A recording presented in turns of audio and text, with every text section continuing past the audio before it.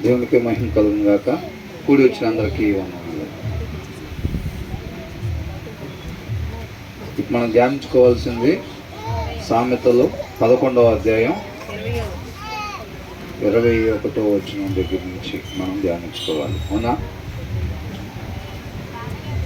వాక్యం చదువుతున్నారండి అందరూ? చదువుతున్నారా? వాక్యం చదవకపోతే ఏం రాదు?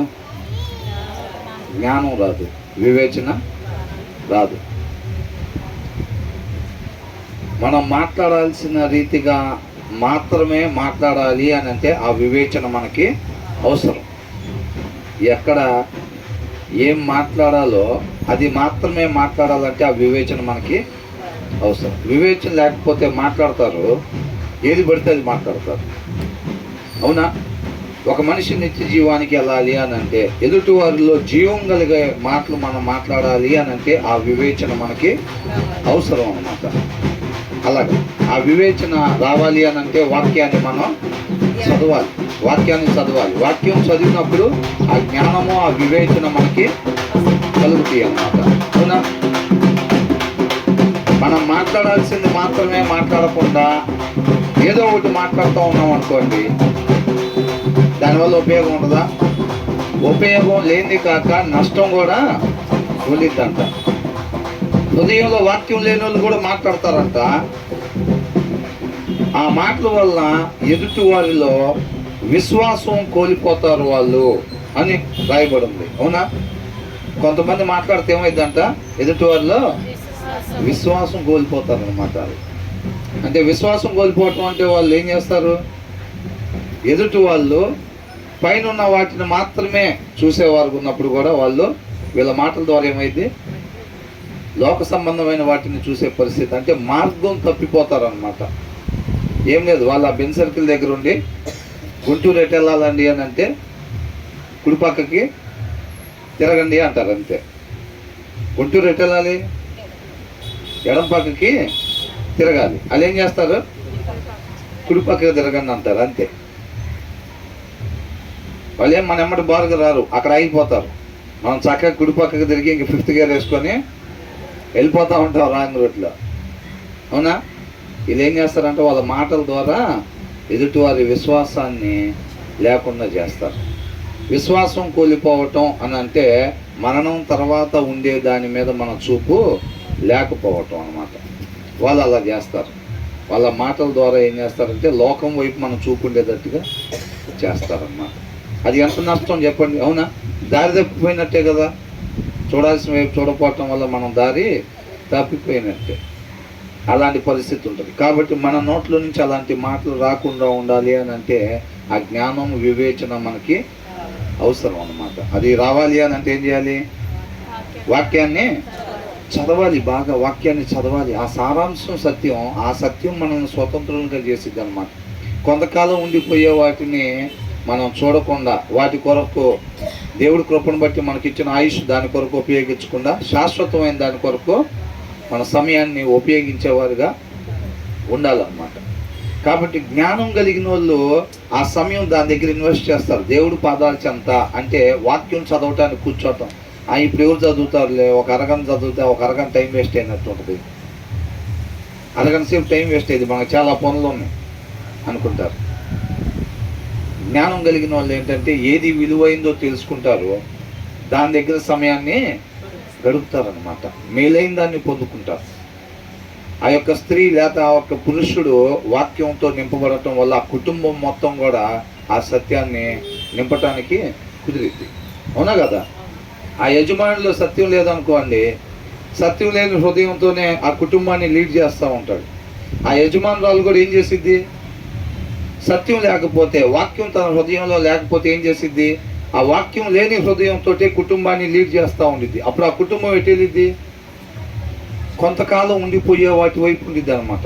ఎప్పుడైతే హృదయం మోసకరమైంది, ఆ హృదయంలో వాక్యం అనేది ఉంచినప్పుడు అది వెళ్ళాల్సిన మార్గంలో వెళ్ళిద్ది అనమాట. వాక్యం లేకపోతే హృదయం శరీరానికి నచ్చినట్టుగా వెళ్ళిద్ది.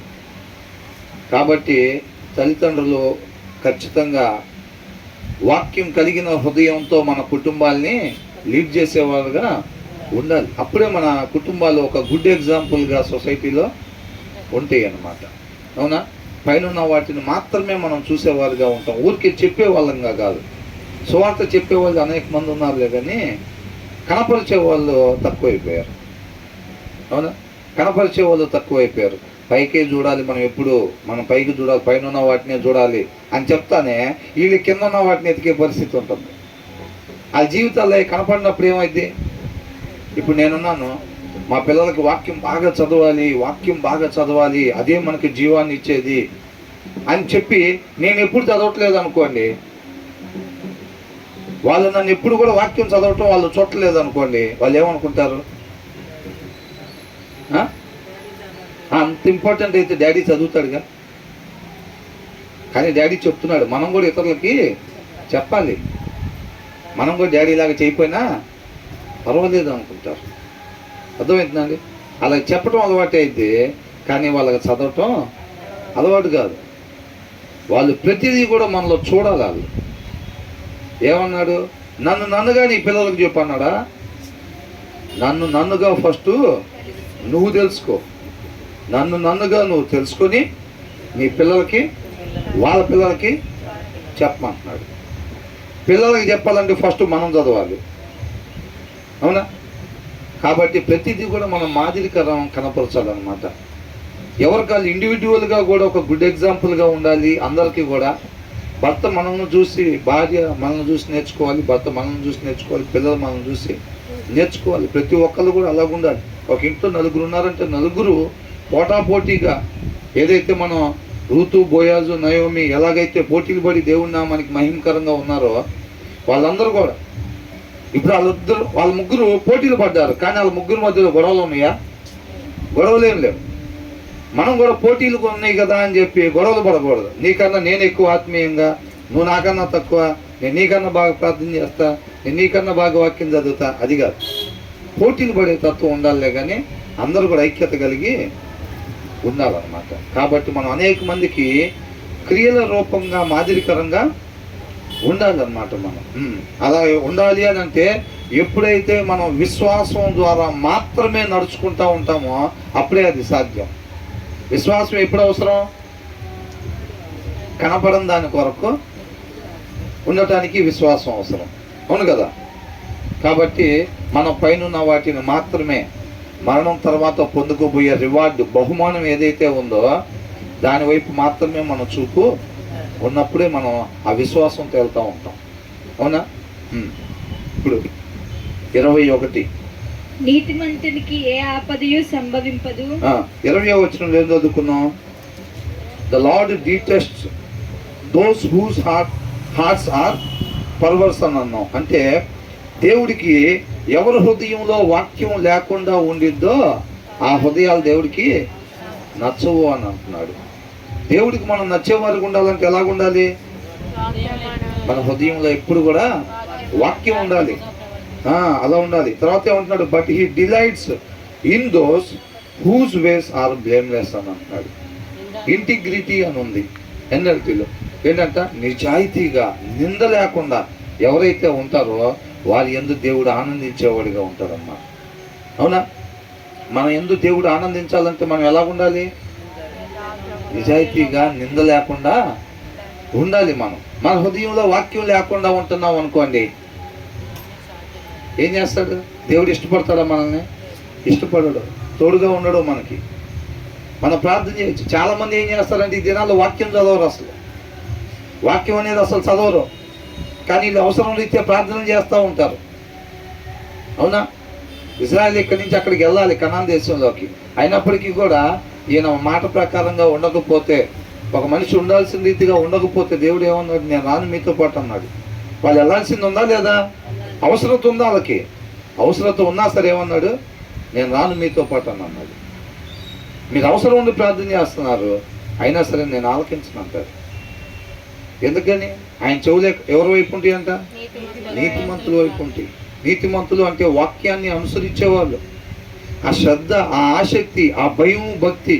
నేను నడవాల్సిన త్రోవలో మాత్రమే నేను నడవాలి, మాట్లాడాల్సిన రీతిగా మాత్రమే నేను మాట్లాడాలి. చూడాల్సిన రీతిగా మాత్రమే నేను చూడాలి, ప్రవర్తించాల్సిన రీతిగా మాత్రమే నేను. అంటే ఇవన్నీ ఏంటి? వాక్యానుసారంగా మాత్రమే నేను చూడాలి, వాక్యానుసారంగా మాత్రమే నేను మాట్లాడాలి, వాక్యానుసారంగా మాత్రమే నేను ప్రవర్తించాలి.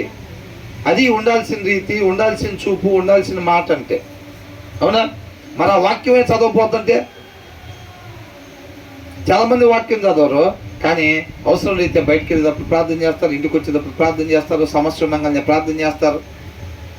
అందుకనే జవాబులు రావు, జవాబులు రావట్లేదు.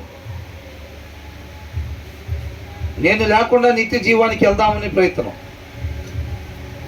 దేవుడు అనుకుంటాడు, నీ మాట వద్దు, నీ సహాయం కావాలి. సాధ్యపడిద్దా? సాధ్యపడదు. ఎవరైతే ఆయన మాటలు తన హృదయంలో పెట్టుకుంటారో అప్పుడే వాడితో పాటు కుమారుడు తండ్రి ఇద్దరు నివాసం చేస్తారంట. అవునా? ఆయన మాట వద్దు ప్రభు, నీ మాట వద్దు, వాక్యం వద్దు, వాక్యం చదవను, కానీ నువ్వు డాడీ ఇద్దరు తోడుగా ఉండాలి. నాకు నేను అడిగేస్తే మీరు అడిగేయాలి, నేను వెనక్కి అడిగేస్తే మీరు కూడా వెనక్కి అడిగేయాలి అని ఆశపడుతూ ఉంటాం అన్నమాట. దేవుణ్ణి దేవుడిగా తెలుసుకోవాలి.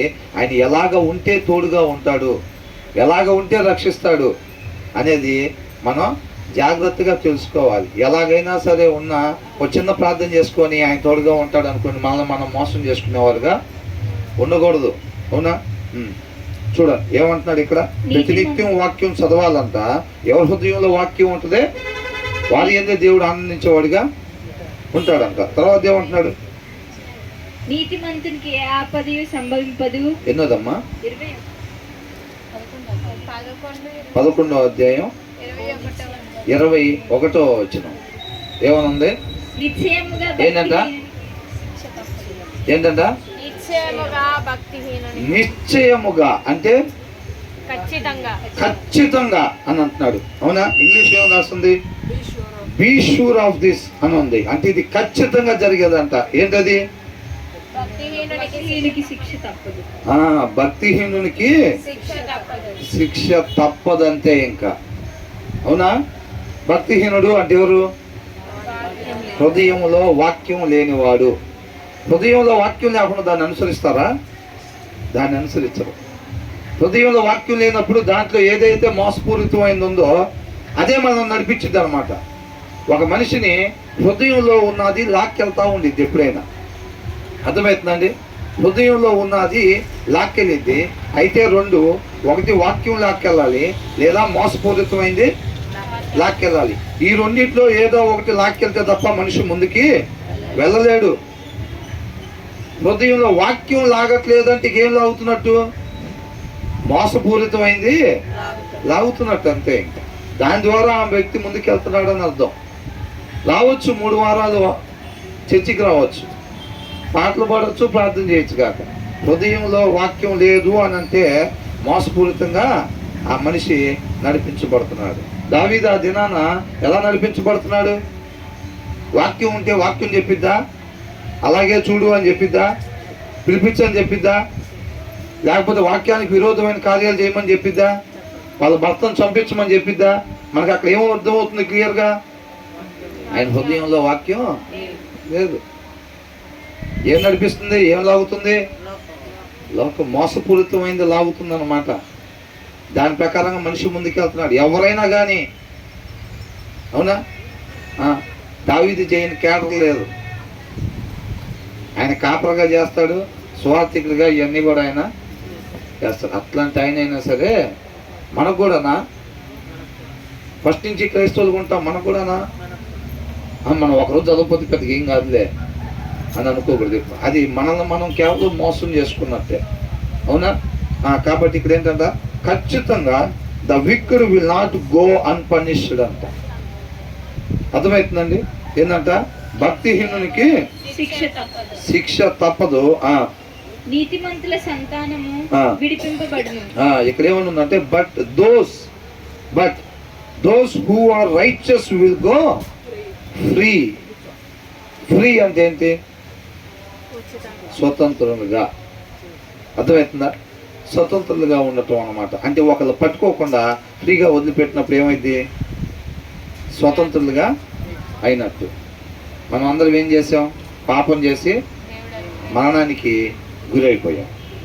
ఆ మరణం నుంచి మనం విమోచింపబడాలి.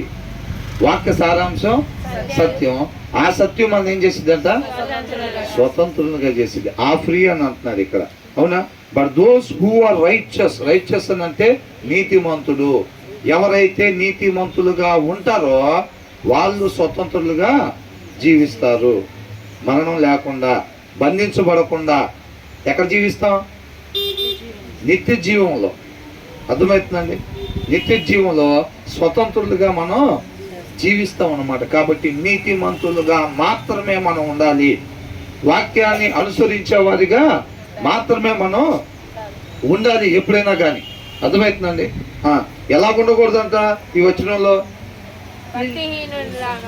పైన వారిలాగా, భక్తిహీనులాగా ఉండకూడదు. అలా ఉంటే ఏమైంది? శిక్ష తప్పదు. వాక్యం చదవకపోతే శిక్ష తప్పదు. అర్థమవుతుందండి? ఎంతమందికి అర్థమైంది ఈ మాట? వాక్యం చదవకపోతే శిక్ష తప్పదు. వాక్యం చదవకపోతే ఆ వాక్యాన్ని మనం అనుసరించలేం, అవునా? హృదయంలో వాక్యం వేయకుండా, ఇప్పుడు మనకు బొగ్గింజన్లు ఉంటాయి కదా ట్రైన్లో, బొగ్గేయకుండా పద పద ముందుకు పద అంటే జనాన్ని మొత్తాన్ని ఎక్కించాం. డ్రైవర్ కూడా ఎక్కువ కూర్చున్నాడు. ఎక్సలేటర్ పట్టుకుని తిప్పే పరిస్థితి ఉండేది. బొగ్గు మాత్రం దాంట్లో వేయలా. వెళ్ళిద్ది అది ముందుకి? ఏం లేదు. హృదయంలో వాక్యం పెట్టుకుని పద పద నిత్య జీవాన్ని పద అని అంటే వెళ్ళిద్దా? వెళ్ళదు. అందుకని ఏమంటున్నాడు? మనం ఖచ్చితంగా మనం నిత్యం కూడా వాక్యాన్ని చదువుతా, అదే మన లాక్కెళ్ళిద్ది. ఎప్పుడైతే మనం వాక్యం చదువుతామో ఆ వాక్యం మన హృదయంలోకి వెళ్ళిద్ది. కాబట్టి ఆ హృదయంలో నుంచి వచ్చేదే మనల్ని లాక్కెళ్తూ ఉంటుంది. మన వాక్యం ఎప్పుడైతే చదవమో మనం ఏం లాక్కెళ్ళిద్ది? మోసపూరితమైంది లాక్కెళ్ళిద్ది. కాబట్టి ఎంతమంది వాక్యం చదువుదాం అనుకుంటున్నారు? ఎంతమంది వాక్యం చదువుదాం అనుకుంటున్నారు? చదవలేని వాళ్ళు వినండి. చదవలేని వాళ్ళు చక్కగా మంచి వాక్యాలు ఏవి పెట్టుకొని వినండి. ఏది పడితే అది విన్నా కానీ ప్రాబ్లమే. ఏది పడితే అది విన్నా కానీ, ఇప్పుడు ఇందాక అనుకున్నాం కదా, చాలామంది చెప్తా ఉంటారు. కాకపోతే కొంతమంది అందరూ గురి కలిగి చెప్పరు. అందరూ గురి కలిగి చెప్పరు. దేవుని ఆత్మకు లోబడే చెప్పరు అనేక మంది, అవునా? వాళ్ళకి కావాల్సిన పికప్ చేసుకుని వచ్చి దాని ప్రకారం వాళ్ళు చెప్పేవాళ్ళు ఉంటారు. మన దేవుని వాక్యం దేవుడి పేరు చెప్పారు కదా అని చెప్పి అవి పెట్టుకొని విన్నాం అనుకోండి, దారి తప్పిపోయి వెళ్ళిపోతాం. 4 కాసు వెనకేసుకుంటాం. రేపు ధనం అక్కడికి రాదు. ఎన్ని కోట్లు సంపాదించినా సరే రేపు తీర్పు దినాన్ని నిలబడినప్పుడు అవి మనల్ని కాపాడలేవు. ఎంత ఆరోగ్యం ఉన్నా మనల్ని కాపాడలేదు. ఎంత పేరు ప్రతిష్టలు ఉన్నా ఈ లోకంలో అవి మనల్ని కాపాడలేవు. ఆ రోజున అనుకుంటావు, అయ్యో ఈ బూడిద పోగేసుకున్నానా నేను అని. సమయాన్ని మొత్తం వ్యర్థం చేసుకొని, ఇన్ని సంవత్సరాలు వ్యర్థం చేసుకొని, డే అండ్ నైట్ డ్యూటీలు చేసి, ఓటీలు చేసి, వాడిని మోసం చేసి, ఈయన మోసం చేసి ఈ బూడిద పోగేసుకున్నానా నేనని ఆ దినాన్ని ఏడుస్తారు అన్నమాట, అవునా? జ్ఞానం కలిగిన వాళ్ళు ఏం చేస్తారు? సమయాన్ని సద్వినియోగం చేసుకుంటారు. ఆ జ్ఞానం కలగాలి అంటేనే వాక్యం చదవాలి. నా చూపు ఉండాల్సిన వైపు కాకుండా కిందకి రాకుండా ఉండాలి అని అంటే బలం కావాలి. ఆ బలం వాక్యంలో ఉంది. అర్థమవుతుందండి? విశ్వాసంతో మాత్రమే మనం జీవించాలి అని అంటే వాక్యం ద్వారానే ఆ బలం సాధ్యమైంది. లేకపోతే పైకి చూడాలి చూడాలి అనుకుంటూ ఉంటాం, కిందకు చూసుకుంటూ వెళ్ళిపోతూ ఉంటాం. అర్థమవుతుందండి? ఎవరైనా అడిగారు అనుకోండి, చెప్తాం పైకి మాత్రమే చూడాలి బ్రదర్, పైకి మాత్రమే చూడాలి సిస్టర్ అంటాం. మనం కిందకు చూసుకుంటా వెళ్ళిపోతూ ఉంటాం. అనుకునేది ఒకటి, కానీ మనకు బలం సరిపోదు. అత్తగనమాట. కాబట్టి మనం ఖచ్చితంగా వాక్యం చదవాల్సిందే. అర్థమవుతుందండి? ఆ తర్వాత ఏమంటున్నాడు? వివేకము లేని సుందర స్త్రీ. ఎవరంట? వివేకము అంటే అది ఎక్కడి నుంచి వచ్చింది? వాక్యం చదువుతుంటే ఆ కింద దాగుండే సారాంశంలో ఉంటుంది అన్నమాట ఈ వివేకం. అర్థమవుతుందండి? ఆ వివేకం అనేది ఏం మాట్లాడాలి, ఎలా మాత్రమే చూడాలి, వాక్యానుసారంగా మాత్రమే చూడటం అంటే ఎలాగా? వాక్యానుసారంగా మాత్రమే మాట్లాడాలి అని అంటే ఎలాగా? అదంతా కూడా ఆ వాక్యం అనే లేఖనాలు లోపల దాగి ఉండిద్ది అనమాట. ఆ సారాంశంలో అర్థమవుతుందండి. ఆ సారాంశం ఎప్పుడు ఉండదు? వివేకము లేని సుందర స్త్రీ అంటారు. మామూలు స్త్రీ అయినా సుందర స్త్రీ అయినా సరే వివేకం లేకపోతే, ఆ వాక్యము వెనకాల ఉండే సారాంశం కానీ ఆ స్త్రీలో లేకపోతే పంది ముక్కునున్న బంగారు కమ్మి వంటిది. ఎలాంటిదంట? ఆ స్త్రీ ఎలాంటిదంట? పంది ముక్కుననున్న బంగారు కమ్మి వంటిదంట. పంది ఎక్కడ తిరుగుతూ ఉంటుందో తెలుసుగా, అవునా? ఇప్పుడు ఆ పంది ముక్కుకి అది పద్దాకల ఆ వేస్టేజ్లోనే దాని మూతి ముక్కు రెండు తిప్పుకుంటా వెళ్తూ ఉండిద్ది. అక్కడ బంగారు కమ్మ ఉంటే ఎలా ఉంటుంది? అసలు దానికి విలువ ఉండిద్దా? విలువే లేదు.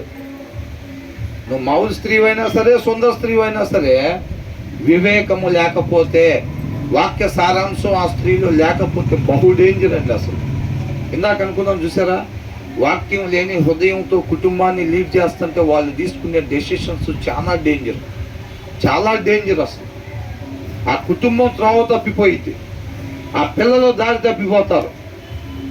అర్థమవుతుందండి? వెళ్ళాల్సిన దారిలో ఆ కుటుంబం నడవదు, వెళ్ళాల్సిన దారిలో ఆ కుటుంబం నడవదు. చాలా మంది అడ్డుపడిపోతూ ఉంటారు. కొన్ని చోట్ల భర్త వాక్యం చదవడం, భర్త వాక్యం చదవకుండా భార్య చెప్తుంటే అట్లాగా నేను చెప్తున్నా ఆయన అని అంటాడు. ఈయన ఆలోచన ఇంప్లిమెంట్ చేయమని చెప్తాడు. అవునా? ఈయన ఆలోచన ఎక్కడి నుంచి వచ్చింది? మోసపూరితమైన హృదయంలో నుంచి వచ్చింది. ఏమంటున్నాడు? కానీ నేను చెప్పింది చెయ్యి అంటున్నాడు. చేయగానే ఏమైంది? నష్టం కలిగిద్ది అంతే. ఒక్కొక్కసారి స్త్రీ చదవదు. కొన్ని ఇళ్ళల్లో ఏమైంది? స్త్రీ చదవదు. చదవకుండా ఏం చేసిద్ది? కుటుంబాన్ని నడుపుతూ ఉండిద్ది, లీడ్ చేస్తూ ఉండిద్ది అనమాట. డెసిషన్స్ తీసుకుంటూ ఉండిద్ది. పిల్లలు ఏ టైంలో చదువుకోవాలి, ఏ టైంలో ఆడుకోవాలి, ఆ పిల్లలు ఏ టైంలో ఏం చేయాలి, నువ్వేంటే ఏ టైంలో ఏం చేయాలి, నువ్వు కుటుంబాన్ని ఎలా నడపాలి, అసలు యజమానితో ఎట్లా ఉండాలి నువ్వు, అసలు అదంతా కూడా తెలియదు. అది తెలియకుండా నీకు నచ్చినట్టుగా ఆ మోసపూరితమైన హృదయంలో ఏదైతే ఉందో దాని ప్రకారంగా నువ్వు కుటుంబాన్ని లీడ్ చేస్తూ ఉంటావు, యజమానుడితో నువ్వు సమయాన్ని గడుపుతూ ఉంటావు. అప్పుడు ఏమైంది? వాక్యం చదివే వాళ్ళు ఎవరైతే ఉంటారో వాళ్ళు చెప్పేదాని ప్రకారంగా మనం ఆ రోడ్డు మీద వెళ్ళాలి, నిత్య జీవంలో వెళ్ళాలి. నిత్య జీవం అనే మార్గంలో వెళ్ళాలంటే వీళ్ళు ఏం చేస్తారు తెలుసా? ఆ మోసపూరితమైనది ఉంటుంది చూసారా, ఆ మోసపూరితమైన హృదయంలో బట్టి ఆ రోడ్డు మీద వెళ్ళే వాళ్ళని లాగుతూ ఉంటారు. ఎంతమందికి అర్థం అవుతుందండి? కొద్దిగా శ్రద్ధ పెట్టినండి. మనం పైనే హల్లెలూయా ప్రైజ్ లార్డ్ అని చెప్పి మనం అట్లాగా ఆ ఫ్లోటింగ్ వర్డ్స్తో మనం చెప్పే ప్రయత్నం మనం చెయ్యం. కాబట్టి ఊరికి అట్లా కూర్చొని అటు ఇటు చూసుకుంటా వింటే మాత్రం అర్థము అవ్వదు, ఖచ్చితంగా అర్థం అవ్వదు. ఒక ఇంట్లో భార్య భర్త వాళ్ళిద్దరిలో ఒకళ్ళ వాక్యం చదువుతారు, ఒకళ్ళు చదవరు అనుకోండి. అప్పుడు ఒకవేళ భర్త చదువుతాడు అనుకోండి, భర్త ఏం చేస్తాడు? మనం ఈ టైంలో ఇది చేద్దాం, ఇట్లా చేద్దాం, ఈ వారంలో ఇప్పుడు ఇట్లా చేద్దాం, ఆ విషయంలో ఇట్లా చేద్దాం అని అంటూ ఉంటాడు. అంటే అది వాక్యానుసారంగా ఉండిద్ది. అది భార్య వాక్యం చదవదు అనుకోండి, లేదు భార్య చదివిద్ది భర్త చదవడు అనుకోండి, ఏమైంది? ఈ చదవని వాళ్ళు ఏమంటారు తెలుసా? అత్తగారు ఇట్లా చేద్దాం అని అంటారు. అప్పుడు ఏమైంది? ఇద్దరి మధ్యలో క్లాష్, అభిప్రాయ భేదాలు. అందుకనే వచ్చేది. ఏకాభిప్రాయం ఎందుకు రాదు? వాక్యాన్ని అనుసరించడమే మన అభిప్రాయం అయినప్పుడు ఏకాభిప్రాయం వచ్చింది. ఇద్దరు వాక్యం చదువుతారు అనుకోండి, ఏకాభిప్రాయం వచ్చింది. ఎందుకని? వాళ్ళిద్దరు హృదయాల్లో వాక్యం ఉండిద్ది. ఆ వాక్యం ఏదైతే నడిపించిందో దాని ప్రకారంగానే నడుస్తారు. ఏకాభిప్రాయం ఉంటుంది ఇద్దరికి. ఏక మనస్సు అంటే ఏక ఆలోచన అన్నమాట. మనస్సు అంటే ఆలోచన, కాబట్టి ఏక ఆలోచన ఉండిద్ది అనమాట, ఒకటే ఆలోచన. అప్పుడు ఆ కుటుంబం చక్కగా దేదీప్యమానంగా వెళ్ళిపోతూ ఉండేది. నిత్య జీవం అనే మార్గం ప్రకాశమానంగా అనేక మందికి మాదిరికరంగా ఉండే కుటుంబంగా అది వెళ్తూ ఉంటుంది. భార్య చదువుతుంది కదా, నేను చదవాల్సిన పని ఏముంది అనుకుంటే, నువ్వు ఎక్కడ నోరు తెరుస్తావో అక్కడ ఆ కుటుంబం రోడ్డు మీద నుంచి కిందకి దిగిపోతూ ఉండేది. నిత్య జీవం అనే రోడ్డు మీద నుంచి ఎవరైతే వాక్యం చదువుతారో ఎవరైతే వాక్యం చదువుతారో వాళ్ళు నిత్య జీవాన్ని రోడ్డు మీద నడిపిస్తూ ఉంటారు. వాక్యం చదవకుండా ఇంట్లో మాట్లాడుతూ ఉంటారు చూసారా, వాళ్ళు ఏం చేస్తారంటే ఆ రోడ్డు మీద పోయే కుటుంబాన్ని కిందకి లాగుతూ ఉంటారు అన్నమాట. వాళ్ళ డెసిషన్స్ ద్వారా, వాళ్ళ మాటల ద్వారా ఏం చేస్తారు, చక్కటి మార్గాన్ని పోయే కుటుంబాన్ని కిందకి లాగుతూ ఉంటారు. ఈ విషయంలో నేను చెప్పినట్టు చెయ్యి అని అంటారు. భార్య గురించి, భర్త గురించి బైబిల్లో రాయబడి ఉంది. వాక్యం చదవట్లేదు అనుకోండి భార్య, ఆ భార్య ఎలాంటిది, ఎడతెగనే వాన లాంటిది. ఏంటంట, చేస్తావా లేదా, మొన్న అడిగింది ఏం చేసావు, ఏంటంట మొన్న అడిగింది ఏం చేసావు, ఆ విషయం ఏం చేసావు, ఏం మాట్లాడవేంది. 1కి 4 సార్లు ఇసుకిచ్చి దింపిన దాకా నిద్రపోవాలి. ఎందుకని, ఒకటి వాక్యం, లేకపోతే ఒకటి ఆత్మ ద్వారా నడిపించబడాలి, ఒకటి శరీరం ద్వారా నడిపించబడాలి. శరీరాన్ని అనుసరించే వాళ్ళు ఎవరు, అపవాది సంతానం. వాక్యాన్ని అనుసరించే వాళ్ళు దేవుని సంతానం. వాళ్ళు ఊరుకుంటారా, పరిచర్య ఫుల్ బిజీగా చేయరు. వాళ్ళు కూడా ఏం చేస్తారు, చేస్తావా చేయవా, కొనిపిస్తావా లేదా, పిల్లల విషయంలో ఆ రకంగా చేద్దామా వద్దా, పిల్లలు అట్లా వద్దు, ఇట్లా చేద్దాం, దీంట్లో జాయిన్ చేద్దాం అని అట్లా జాయిన్ చేయి. పిల్లలు అట్లా ఇష్టపడుతున్నారు. పిల్లలు తెలిసిద్దా తెలీదు. అప్పుడు ఏం చేస్తారు, నువ్వు చూస్తేనే వాక్యం చదవు. పిల్లల రంగానే ప్రేమ కారిపోతూ ఉండిద్ది. ఏ ప్రేమ, పిచ్చి ప్రేమ, లోక ప్రేమ, వాళ్ళని నశింపజేసే ప్రేమ, మొత్తం కట్టకట్టుకొని నశించిపోయే ప్రేమ కారిపోతూ ఉండిద్ది.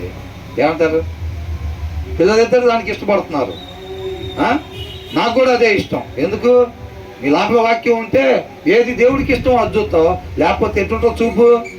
పిల్లల వైపు బంగారు తల్లులు అల్లాడిపోతున్నారు, అడుగుతున్నారు.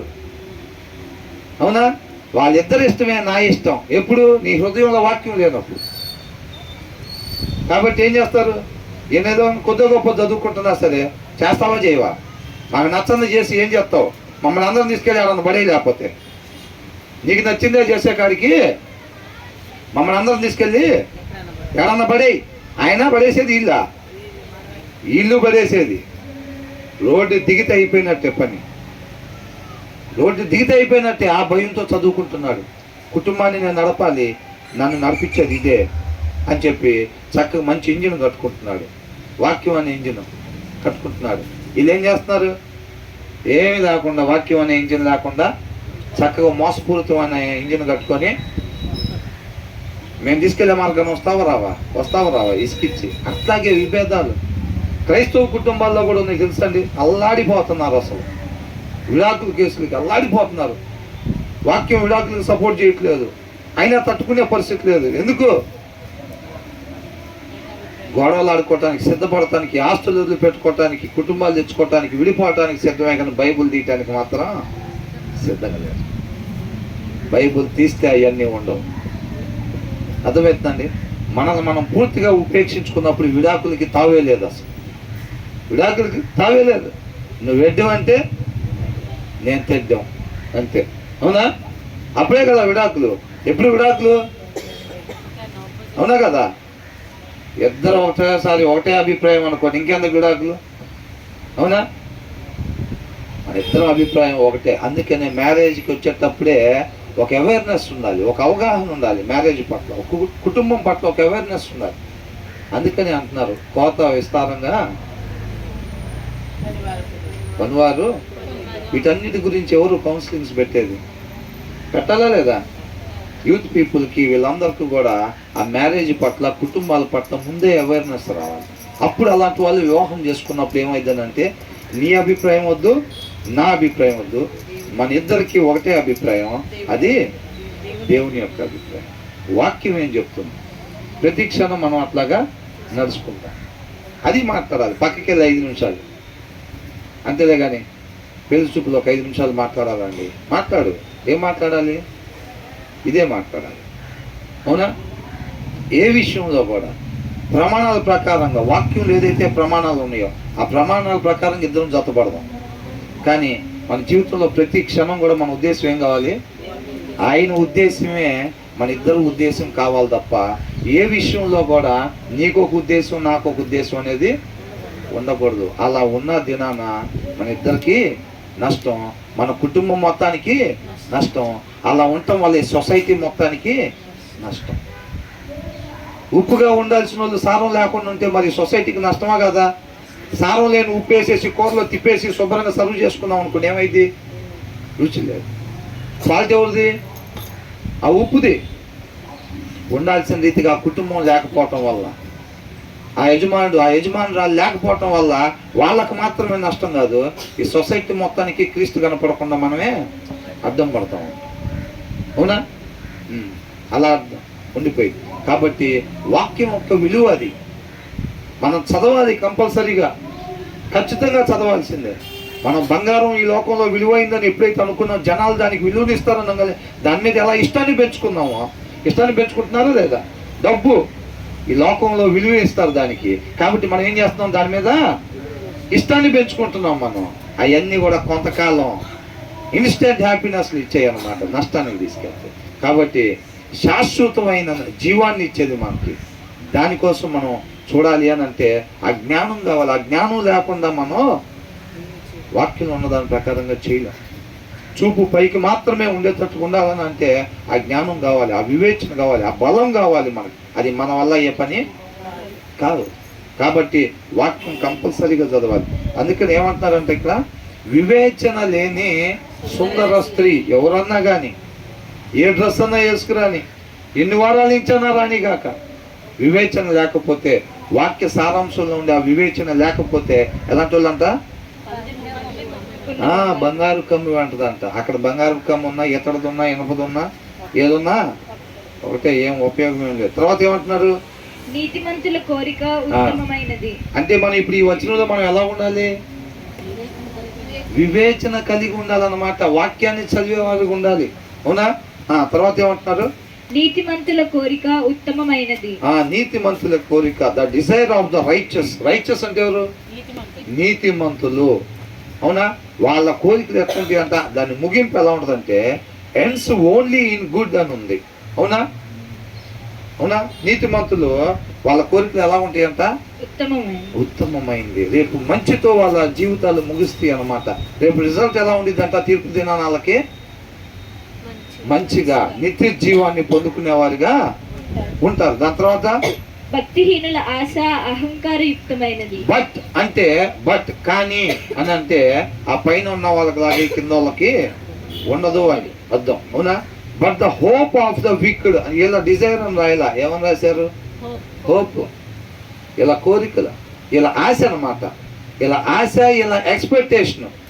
అర్థమవుతుందండి? ఎలా ఉంటుందంట? But the hope of the wicked only in wrath. అర్థమవుతుందండి? నిత్య నరకాగ్నికి, దేవుని యొక్క కోపాగ్నికి వీళ్ళు గురవుతారు. వీళ్ళు అర్థమవుతుందండి? ఎవరు? విక్డ్, వాక్యం లేని వాళ్ళు, వాక్యాన్ని అనుసరించిన వాళ్ళు. అర్థమవుతుందండి?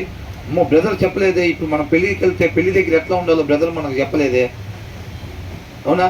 ఓ పుట్టినరోజు ఫంక్షన్కి వెళ్తాం, అక్కడ ఎట్లా మాట్లాడాలి, ఎట్లా ఉండాలి బ్రదర్ మనకు చెప్పలేదే. అలా కాదు. వాక్యం చదువుకుంటా ఉంటే ఆ వాక్యం మన హృదయంలోకి పోతా ఎక్కడ ఎలా నడవాలి ఆ వివేచన ద్వారా వాక్యం మనం నడిపించేది, బ్రదర్ సిస్టర్ నడిపించేది కాదు. అర్థమవుతుందండి? కాబట్టి వాక్యం నడిపించాలి. The desire of the righteous అంటే నీతిమంతుడు ఏది పడతాడు అడుగుతాడా? నీతిమంతుడు కోరికను దేవుడు నేను అందుకే తీరుస్తానని అంటున్నాడు. ఎందుకని? హృదయంలో వాక్యం ఉండేవాడు ఏది పడితే అది అడగడు. ప్రభువా నీ చిత్తం నాయన, నీ చిత్తం ఏదైతే అది జరిగించని అంటాడు. ఆ మాట తప్ప వేరే మాట రాదు. ప్రభువా నాకు పలానాది పిల్లలు, ఆల్రెడీ 2 పెడతారు ఆప్షన్స్. దేవుడికి ఒకవేళ 3వదైనా అది చేయటానికి వీల్లేదు. ఏదో బైపీసీ లేకపోతే ఎంపీసీ. దేవుడు ఒకవేళ సిఈసీ అనుకుంటున్నాడు అనుకోండి, అట్లా ఇయటానికి మేము సిద్ధంగా లేవు. ఒకవేళ నువ్వు 3వది ఇస్తే తీసుకోవటానికి ఈ 2 ఆప్షన్స్ నీ ముందు పెడుతున్నాం ప్రభా, బైపీసీ చెప్తావా ఎంపీసీ చెప్తావా అంటారు వాళ్ళు. అవునా? అంటే దేవుడు 2 ఏదో ఒకటి చెప్పాలి. ఏం చెప్తాడు అప్పుడు దేవుడు? ఏం మాట్లాడకుండా కామ్గా ఉంటాడు. దేవుడిని అప్రోచ్ అయ్యే విధానం అది కాదు. అవునా కదా? ఆయన మౌనంగా ఉంటాడు. సౌలు దగ్గర మౌనంగా ఉన్నట్టుగా. మౌనం అంగీకారం అని ముందుకెళ్తారా? అట్లెళ్తే మేము ఎక్కవెళ్తాం బ్రదర్, అట్లా వెళ్తారా? సౌలు మౌనంగా, దేవుడు మౌనంగా ఉంటే సౌలు విషయంలో ఏమైపోయాడు? నశించిపోయాడు. ఆయన మాట్లాడకపోతే మనం పని అయిపోయినట్టు. ఆయన మాట్లాడాలి అని అంటే మనం ఉండాల్సిన రీతిగా మనం ఉండాలన్నమాట. కాబట్టి ఇక్కడ నీతిమంతులుగా ఉంటే మన ముగింపు ఎలా ఉంటుందంట? ఉత్తమముగా ఉండిద్ది అన్నమాట. అర్థమవుతుందండి? నీతిమంతులుగా వాక్యాన్ని మాత్రమే అనుసరించేవారుగా మనం ఉంటే మన ముగింపు ఎలా ఉంటుందంట? ఉత్తమముగా ఉండిద్ది. లేకపోతే ఏమవుతాం? ఇలాగే వాక్యం చదవకుండా ఒక్కొక్కసారి కొంతమంది వచ్చినట్టు వాక్యాన్ని చదవకుండా ఉండి మన దాని ప్రకారంగా మనం అనుకుంటా వెళ్ళిపోతూ ఉంటే అవసరానికి ఏటీఎం కార్డు వాడినట్టుగా నేను వాక్యం చదవకపోయినా ప్రభా నేను బయటికి వెళ్తున్నా, ప్రార్థన చేశా, నువ్వైతే తోడుగా ఉండాల్సిందే అని ఆమె నన్ను కలిసేసి ఆయన ఉన్నాడు కన్నాడు చూడక చేస్తాడా అన్నట్టుగా నువ్వు బయటికి వెళ్తావు. ఆయన నీతో ఉండడు, నీతో ఉండడు. ఉన్నాడని భ్రమలో నువ్వు పోతావు అంతే.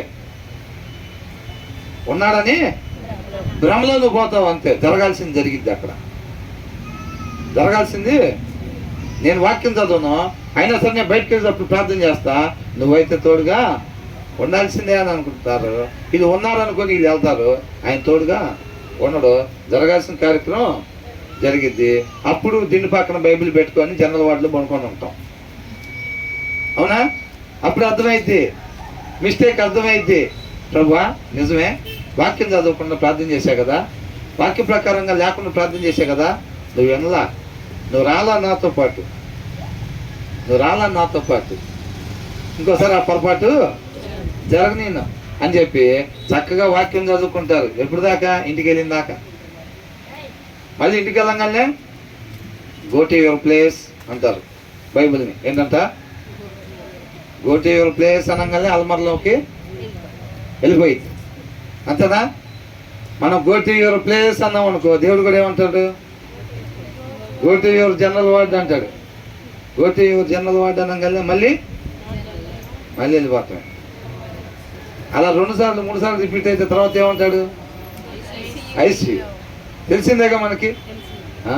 ఆయన కోపిష్ట, వినకపోతే అట్లా చేస్తాడా? భయపెట్టి దేవుడి దగ్గరికి పిలుస్తున్నారా? బెదిరించి దేవుడి దగ్గరికి పిలుస్తున్నారా? దేవుడిని నమ్ముకోమని చెబుతున్నారా? కాదు. చక్కగా ప్రేమతో చెప్తున్నాడు. వినకపోతే కుమారుని ఒక దెబ్బ ఎందుకు కొడతారు? చచ్చిపోవాలని కొడతారా కుమార్తెని? వాళ్ళు బాగుపడాలి. నేను ఈ ప్లేస్లో కొట్టకపోతే వాళ్ళు అలాగే తయారైపోతారు. ఓ పెన్సిల్ దొంగతనం చేసుకొచ్చింది, ఓ తప్పుడు మాట మాట్లాడింది, ఆ ప్లేస్లో నేను కొట్టకపోతే వాళ్ళు అదే కంటిన్యూ చేసుకొని వెళ్ళిపోతారు వాళ్ళు. అవునా? కాబట్టి అక్కడ దెబ్బ కొట్టాలి. ఆ తండ్రి ఎందుకు కొట్టాడు? పగబెట్టుకొని కొట్టాడా? చచ్చిపోవాలని కొట్టాడా? ఎందుకు కొట్టాడు? దేవుడు జనరల్ వాటికి కూడా అలాగే పంపిస్తాడు. పంపిలేదనుకోండి, మనం అలాగే వాక్యం చదవకుండా తిరుగుతూ ఉంటాం. రేపు ఎక్కడికి వెళ్తాం? నిత్య నరకాగ్నికి వెళ్ళిపోతాం. అలా వెళ్ళటం ఆయనకి ఇష్టం లేదు. కాబట్టి ఆయన మనల్ని ప్రేమించి బాగు చేసుకోవటానికి చివరి వరకు కూడా మన కోసం ప్రాణం పెట్టిన దేవుడు పాపులాడుతూ ఉంటాడు. అర్థమవుతుందండి? కొంతమంది ఇళ్ళల్లో ఏమైంది తెలుసా? వాళ్ళ నాన్న చెప్తే అనరు, వాళ్ళ అమ్మ చెప్తే అనరు, వాళ్ళ భార్య చెప్తే అనరు, తర్వాత దేవుడు ఎంటర్ అవుతాడు. ఇంకా పరిస్థితులను బట్టి ఆటోమేటిక్గా తలొంచేటట్టుగా చేస్తారు. అవునా? ఆ పరిస్థితులకు మారిపోతారు మనుషులు. పరిస్థితుల ద్వారా దేవుడు ట్రీట్మెంట్ చేస్తాడు మనుషులకి. ఎంతోమందికి గర్వం ఉంటే గర్వం, అహంకారం ఉంటే అహంకారం, ఇవన్నీ కూడా తీసేస్తూ ఉంటాడు. పరిస్థితులను బట్టి దేవుడు వైద్యం చేస్తూ ఉంటాడు. ఆయన ఏ కత్తిర్లు వాడేది ఉండదో, గ్లౌజ్ వేసుకునే పని ఉండదు, ఏముండదు. చక్కగా బ్రహ్మాండమైన సర్జరీలు చేసేస్తూ ఉంటాడు. బ్రహ్మాండమైన సర్జరీలు చేస్తాడు ఆయన. గాయం కూడా కనపడదు, మచ్చ కూడా ఉండదు. అవునా? మనుషులు మాత్రం మారిపోతారు. సీసాలు పట్టుకొని తిరిగే వాళ్ళు బైబిల్ పట్టుకొని తిరుగుతూ ఉంటారు. ఆడికాడు ఈడికాడు లాక్కున్న వాళ్ళు ఇంట్లో నుంచి తీసుకొచ్చి పంచి పెడతా ఉంటారు. అవునా? బ్రహ్మాండమైన ట్రీట్మెంట్ జరిగిపోయింది, ఖర్చు కూడా ఉండదు. అవునా కదా? మనం ఇష్టపడితే చాలు. హృదయమైన తలుపు దగ్గర ఉండి కొడుతున్నాడంట, మనం తలుపు తీస్తే పని ఆయన చేస్తాడు. అది తలుపు తీయకపోతే ఆయన తోసుకొని వచ్చే దేవుడు కాదు. ఆ తర్వాత ఏమంటున్నాడు? వెదజల్లి అభివృద్ధి పొందువారు కలరు. ఏంటంట? మీరు ఇక్కడ చూడండి, ఒక లోక సంబంధంగా వింటే, లోక సంబంధంగా అర్థం చేసుకోవడానికి ప్రయత్నం చేస్తే మనకు అర్థం అవ్వదు. వెదజల్లి అంట ఏమవుతున్నారంట? అభివృద్ధి చెందుతున్నారంట. అంటే ఇంట్లో ఉన్న డబ్బులు తీసుకొచ్చి వెదజల్లామనుకోండి, వెదజల్లటువంటి వాళ్ళకి వీళ్ళకి పంచిపెట్టేసాం. పంచిపెట్టినప్పుడు వీళ్ళ ఇంట్లో ఎక్కువ అవుతాయా తక్కువ అవుతాయా? ఎక్కువ అవుతాయి అన్న వాళ్ళు చేయొద్దండి.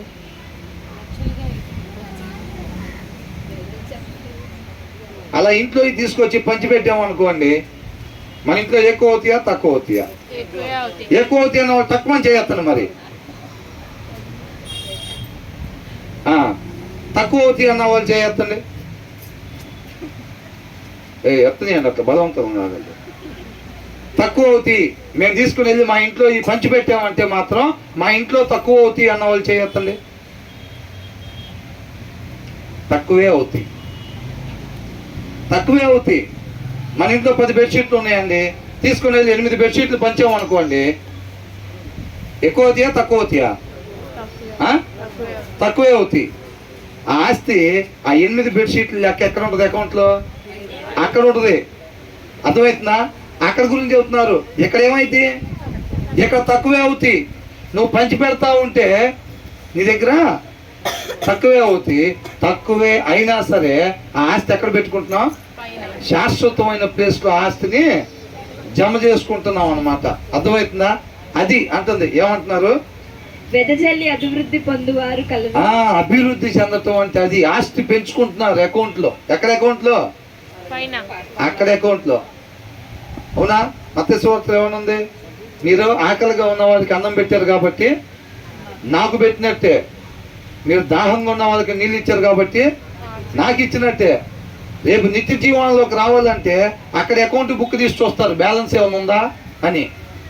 దుప్పట్లు ఇచ్చాడు, ఇడ్లీలు ప్లేట్లు వాళ్ళకి పంచి పెట్టాడు. అవునా? వాళ్ళకి కోసం సహాయం చేశాడు, సమయానికి ఖర్చు పెట్టాడు. ఇలా రక్త సంబంధికులు కాకపోయినా హాస్పిటల్కి తీసుకుని వెళ్ళి అక్కడ పాపం రాత్రి అంతా హాస్పిటల్ దగ్గర ఉన్నాడు, చాలా బ్యాలెన్స్ ఉంది అకౌంట్లో, కాబట్టి నిత్య జీవనంలోకి పంపించండి అని అంటాడు. అదనమాట వెదజల్లి అభివృద్ధి పొందటం అంటే అది అభివృద్ధి. ఆత్మీయంగా దినదినాన ఆత్మీయంగా ఏం జరుగుతుందంట? దినదినాన అభివృద్ధి జరుగుతుందన్నమాట. ఆస్తి పెంచుకుంటున్నారు చక్కగా. అదేనా? పైన వాటిని మాత్రమే వెతకాలంట. సమయం ఉండగానే సద్వినియోగం చేసుకోవాలి. అక్కడ అకౌంట్లో బ్యాలెన్స్ బాగా పెంచుకోవాలన్నమాట. ఇక్కడ అకౌంట్లో కాదండి.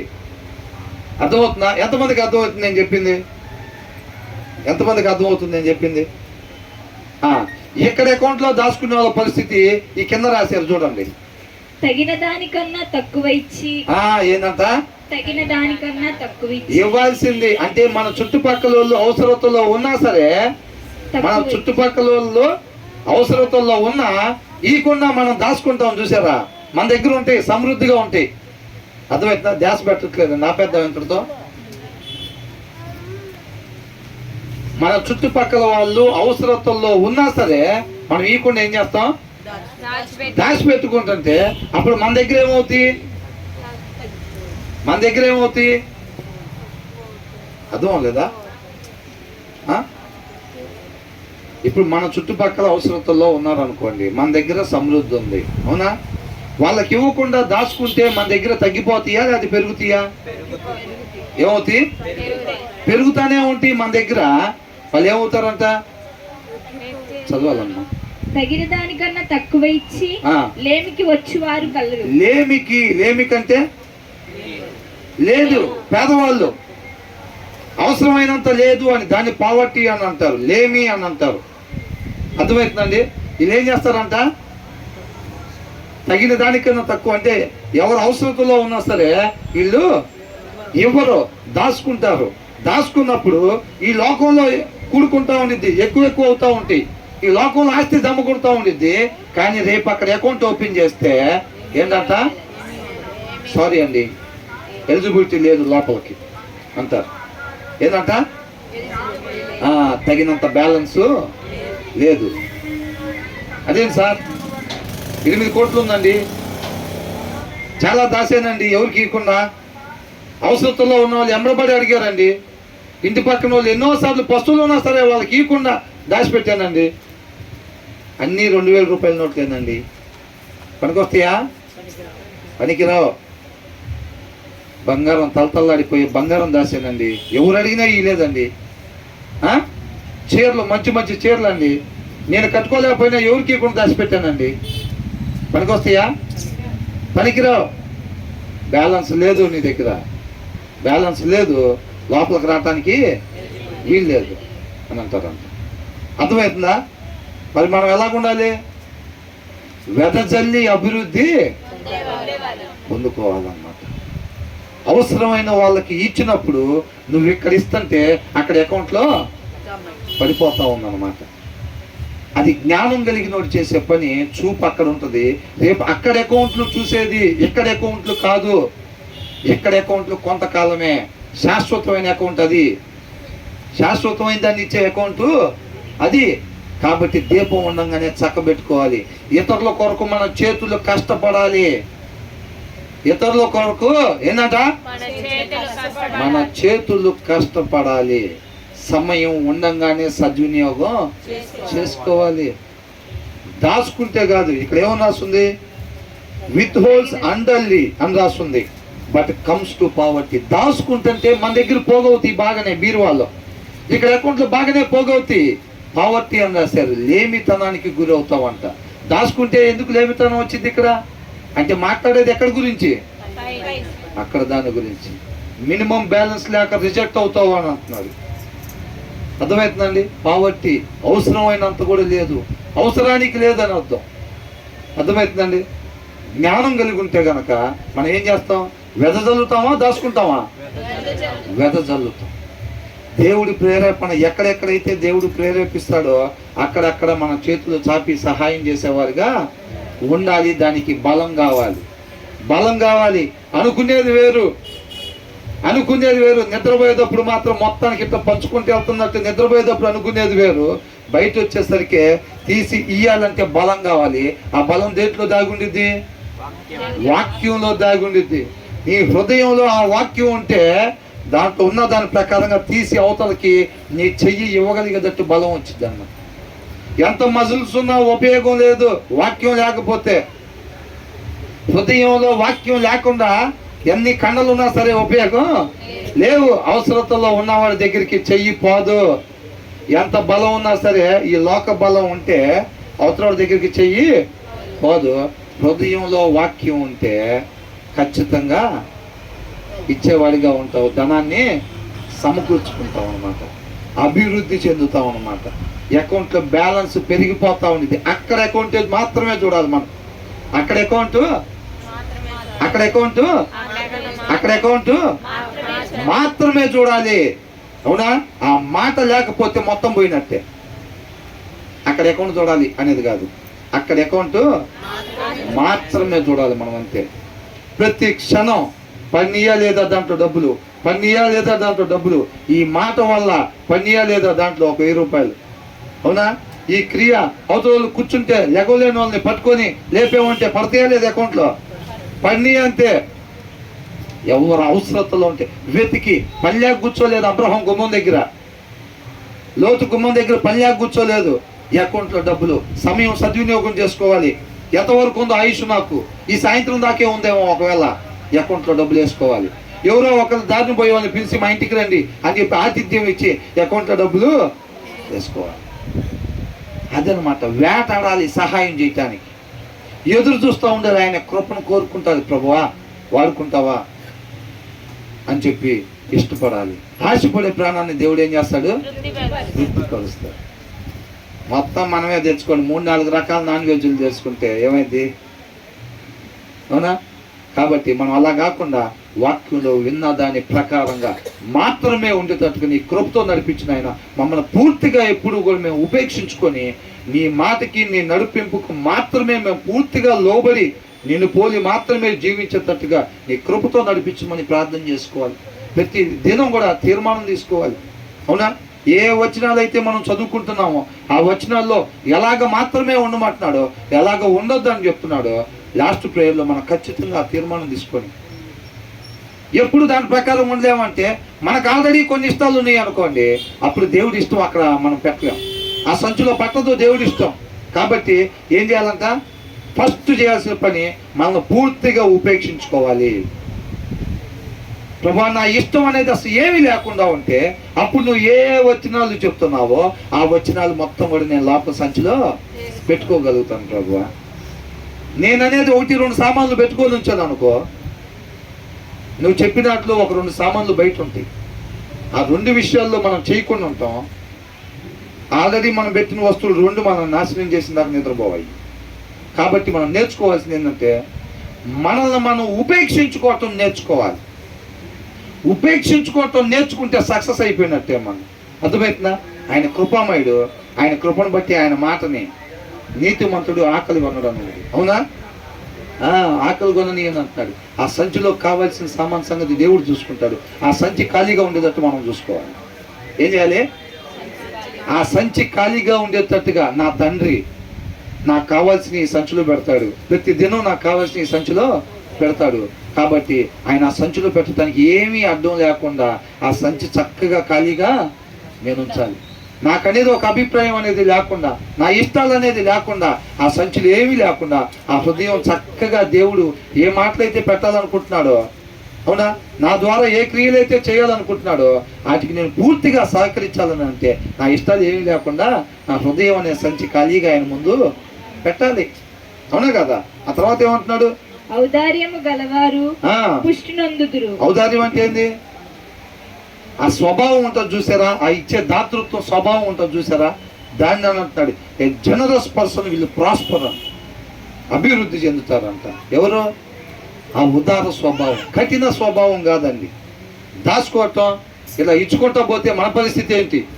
నువ్వా రేపు సంగతి చూసుకునేది? నేనా? చూడగలుగుతావా? మన వల్ల అయిద్దా?